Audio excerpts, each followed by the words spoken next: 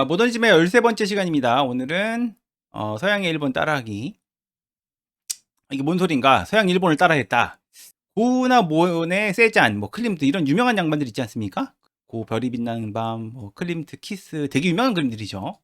모네 그림들 이렇게 누가 봐도 서양의 거장들의 작품으로 보이는 그림들이 사실은 일본 문화의 영향을 좀 받았다. 이런 얘기가 있거든요. 아니 이 양반들이 일본을 따라했다. 이게 말이 되는 소리냐?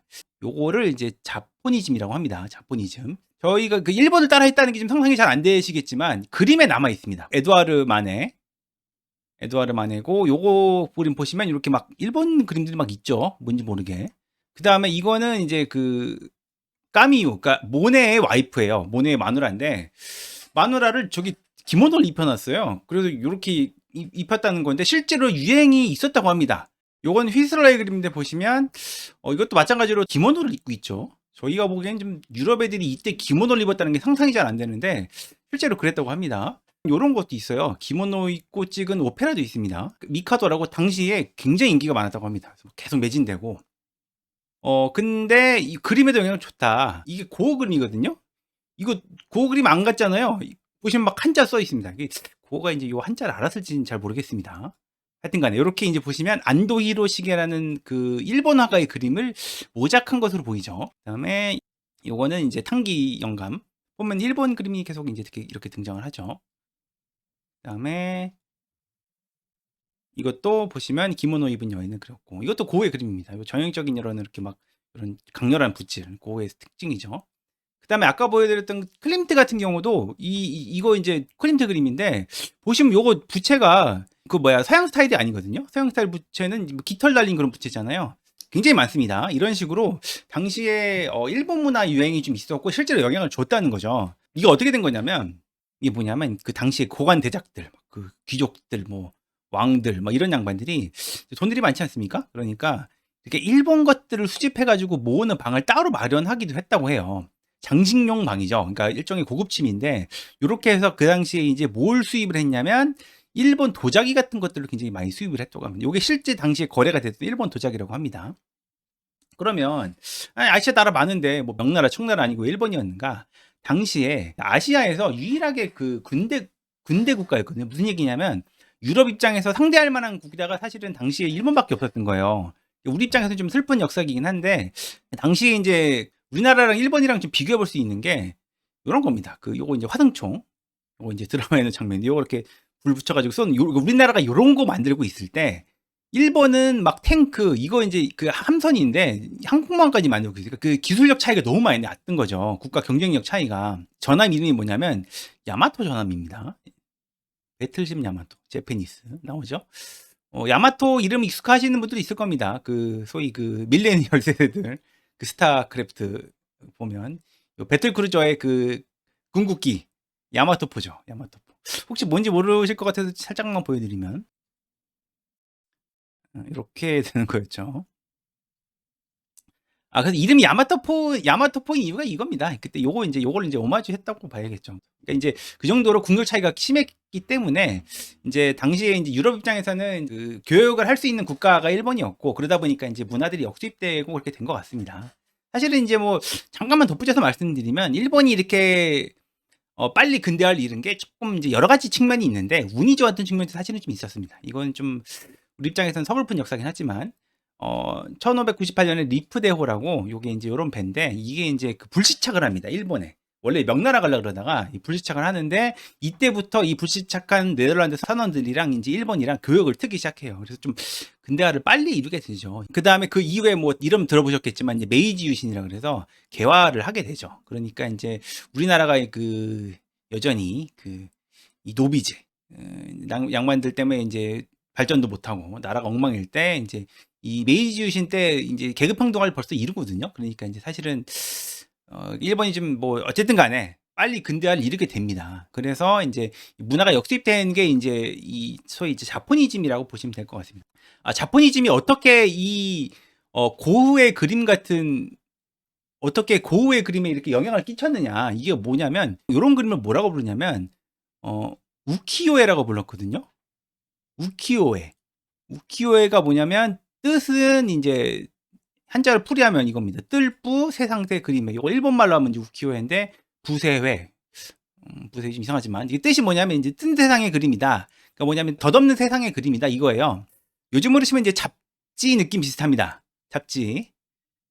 남자들은 이런 걸 보시죠. 남자분들은 이런 거 보시고 여자분들은 조금 그 고급진 느낌 이런 거 이제 보시는데 제가 이걸 왜 잡지라고 말씀드리냐면 이 우키요에 중에 춘하가 있어요. 요거 이제 그 혹시 저희 조카들이 볼지 몰라서 좀 걱정이 되긴 하는데 춘하가 뭐냐면 이제 약간 야한 그림을 춘하라고 합니다. 그 청춘할 때 춘자예요. 봄 춘자. 그 춘하가 뭐냐면 이제 야한 그림이다. 우키요에 중에 이런 것도 있었어요. 보시면 요 뽀뽀하고 있는 거죠. 요 뽀뽀까지는 괜찮죠. 뭐 뽀뽀까지는 오케이.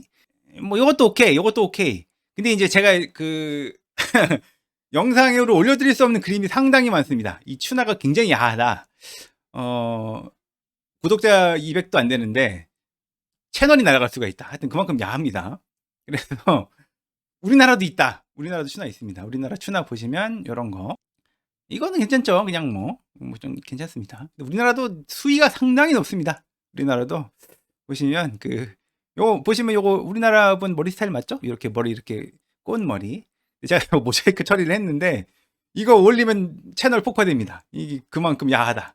어이구 이거 빨리 없애야지. 하여튼 그래서 이제 이게 춘하 같은 것도 있었다. 그러니까 일종의 이 우키요에라는 그림이 잡지 당시에 시대에 잡지의 역할을 했던 그런 그림인 것 같습니다. 그러니까 말하자면 그냥 뜬 세상의 그림이라는 게 무슨 얘기냐면 그냥 풍속화, 그냥 무난한 그림들 이런 그림들인 거죠. 근데 이게 어떻게 유럽으로 건너가서 영향을 주게 된 거냐면 이 아까 제가 도자기 방이 있다 그랬잖아요. 그래서 이 도자기를 쌀 때 포장을 해야 되잖아요. 도자기 잘 깨지니까. 그래서 요렇게 이제 포장을 했던 요런 그림이에요. 당시 신문이 없잖아요. 그러니까 이제 제일 만만한 종이가 이제 싸구려 그림들이 찍혀 있는 이제 우키요에였던 거죠. 그래서 이제 아마 이제 요런 느낌 비슷했을 것 같아요. 약간 이제 어쨌든 핫제품이니까 고급지게 하려면 포장지도 좀 좋아야 되잖아요. 그래서 흰 종이보다는 약간 이렇게 그림이 찍혀 있는 그림이 좋다. 그래서 우키요에가 이제 제일 유명한 게 이제 호쿠사이 이 양반 이런 그림도 있고 그다음에 요런 그림도 있었고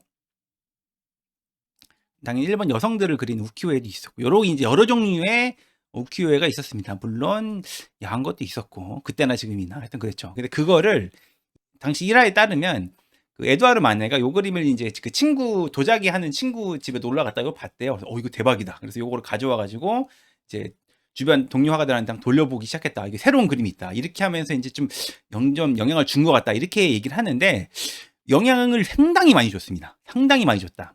어떻게 영향을 줬느냐? 몇 개를 구분을 해보면 첫 번째는 색입니다.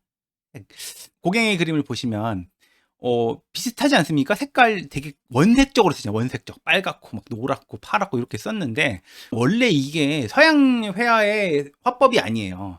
원래 고전의 회화는 회색 톤을 씁니다. 보시면 여기가 약간 하얗고 여기 똑같은 색인데 회색이잖아요. 뭐냐면 회색을 칠하면 좀 더 깊이감을 줄 수가 있거든요. 그래서 회색 톤을 많이 썼는데 이렇게 원색적인 색을 쓰는 게 원래 그 유럽 회화의 기법이 아니었던 거죠. 근데 아마도 우키요의 영향을 좀 받았을 것이다. 붉은 수지단 원하는 요겁니다. 이렇게 그 다음에 두 번째는 이제 구도 컴포지션 보면은 요거 이제 그 학교에서 다 배우셨을 텐데 이런 게 있죠. 수평성 구도, 수직성 구도, 뭐 대각선 구도 이런 게 있습니다. 이게 그냥 이게 그림 보시면 이런 거죠. 이런 느낌 호선 구도다. 실제로 이제 서양 풍경화를 보면은 이렇게 이제 그렇습니다. 굉장히 이런 느낌 편안한 느낌을 주는 이런 느낌 편안한 느낌을 주지 않습니까? 이런 이제 풍경화들이 이제 구도가 딱 정해져 있어요. 이게 법칙입니다. 법칙이 정해져 있는데 이 반고의 그림을 보면은 전혀 색다른 구도예요. 이거 밑에서 이렇게 위로 올려보는 그런 구도거든요. 나무를 그린 건데 이게 전혀 없는 구도예요. 되게 특이한 거죠. 고의 그림 참 아름답지 않습니까? 하여튼 그래서 요 구도가 어디서 온 거로 추측이 되냐면 이것도 마찬가지로 안도 히로시게의 그 피리세와 번나무라고 그 우키요의 그림입니다. 근데 아마 이렇게 느끼실 거예요. 이게 우리나라 사람들은 이 구도가 굉장히 편합니다. 요런 구도가 전혀 불편하지가 않아요. 이거 편하다. 우리나라 사람 편합니다. 왜 편하냐면 우리나라 사람들은 화투를 많이 치지 않습니까? 그래서 요게 이제 요게 그거죠. 우리나라 유명한 밈이죠. 사쿠라 아닙니까? 요런 이제 이게 우리나라 사람들한테 편안한 구도다. 그래서 비교해 보시면 요렇게 이제 다 구도가 비슷하죠. 나무가지를 위에서 이제 올려보는 그런 느낌입니다. 서양에는 이런 게 없었다. 서양에는 요렇게 안정적인 그림을 주로 그렸다는 거죠. 이런 구도 영향을 줬다는 거고, 또 한 가지는 이제 외곽선의 진주. 이건 좀 쉽습니다. 외곽선은 뭐냐면 다 만화처럼 외곽선이 있죠. 동양화들은. 근데 보시면 이제 고흐도 이게 외곽선을 이렇게 그렸습니다. 이렇게 외곽선을 그렸다. 그래서 뭐 이런 얘기도 있어요. 그 일본 만화의 그 원조가 이 우키요에가 아니냐 이런 얘기도 하기도 합니다. 어쨌든 간에. 그래서 이제 이게 왜 이런 차이가 생기냐면 서양화랑 동양화의 차이가 면이냐 선이냐 이런 차이가 있어요. 왜냐하면 동양화는 아무래도 먹을 쓰니까 먹으로 먼저 외곽선을 그리고 시작을 하거든요. 뭐 렘브란트 그림 아까 봤던 거 보여드리면 외곽선이 없잖아요. 외곽선이 안 그려져 있습니다. 왜냐하면 실제로 현실색이 없으니까 안 그리는 거예요. 근데 동양화에서는 먹으로 그리다 보니까 이제 자연스럽게 선이 생긴 건데 요게 영향을 주게 된다는 거죠. 고흐에서 그림에 나타나는 것처럼. 또 영향을 준 화가 중에 하나 보시면 이제 알퐁소 무아. 요 그림 제가 개인적으로 무아를 굉장히 좋아하는데 요런 이제 외곽선들이 막 만화처럼 있잖아요. 요게 서양화에 없던 기법이죠. 없던 건데 다른 무아 그림 보여드리면 요런 식으로 외곽선들이 이제 등장을 하죠. 요렇게. 그래서 이렇게 외곽선에도 영향을 좀 준 것으로 보인다.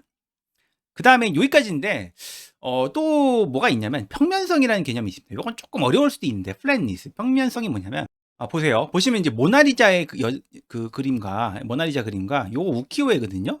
어느 게 더 깊이가 있는가? 당연히 이게 더 입체적이고 깊이가 있죠. 그죠? 우키요에는 조금 이 먹으로 그리다 보니까 평면적입니다. 그림이. 자, 그런데 둘 중에 어느 그림이 더 뛰어나다거나 더 아름답다거나 얘기할 수 있나요? 이게 좀 더 입체적으로 보이긴 하지 얘가 더 비싸기도 합니다. 그건 맞는데 얘도 아름답잖아요. 이것도 아름답잖아. 그러니까 뭐냐면 동양 미술에도 이 미가 당연히 있죠. 어떤 미냐면 뭐 이렇게 뭐 단아하다 이렇게 표현할 수도 있고 절제됩니다 이렇게 표현할 수도 있겠죠. 동양의 미. 근데 어쨌든 간에 이게 서양 화가들이 이 우키요에를 보면서 이렇게 평면적이어도 그림이 아름다울 수가 있네. 이거를 깨닫게 됩니다. 그래서 평면성이라는 개념을 처음으로 이제 서양인들이 받아들이기 시작하는데 이게 평면성이 이제 아시는 분들은 알 텐데 이 모더니즘 회화에서 굉장히 중요하거든요. 나중에 그래서 잭슨 폴록 여기에도 결국은 평면성이 적용이 됩니다. 이 그림도 보시면 입체가 없지 않습니까? 그래서 이 평면성을 깨닫게 된 것도 사실은 우키요의 영향이 이제 컸다고 이렇게 볼 수가 있는 거죠. 그래서 소위 모더니즘 회화에서는 이 자포니즘의 영향이 상당히 컸다고 이제 보시면 될 것 같습니다. 그러니까 지금 사실 재밌는 거죠. 왜냐하면 우리 입장에서는 고흐의 그림 누가 봐도 서양화잖아요. 이건 서양화인데 사실은 동서양의 어떤 하이브리드로 탄생한 예술이다 이렇게 볼 수도 있다는 거죠. 저희가 어쨌든 간에 뭐 일본이랑 뭐 왔다 갔다 하지만 그래도 같은 동양 국가 아닙니까? 그러니까 이게 묘하게 이렇게 영향을 줬다는 게 좀 재밌다는 거죠. 하여튼. 그래서 모더니즘 회화에서는 자포니즘의 영향이 상당히 컸다. 이렇게 말씀드릴 수 있을 것 같습니다.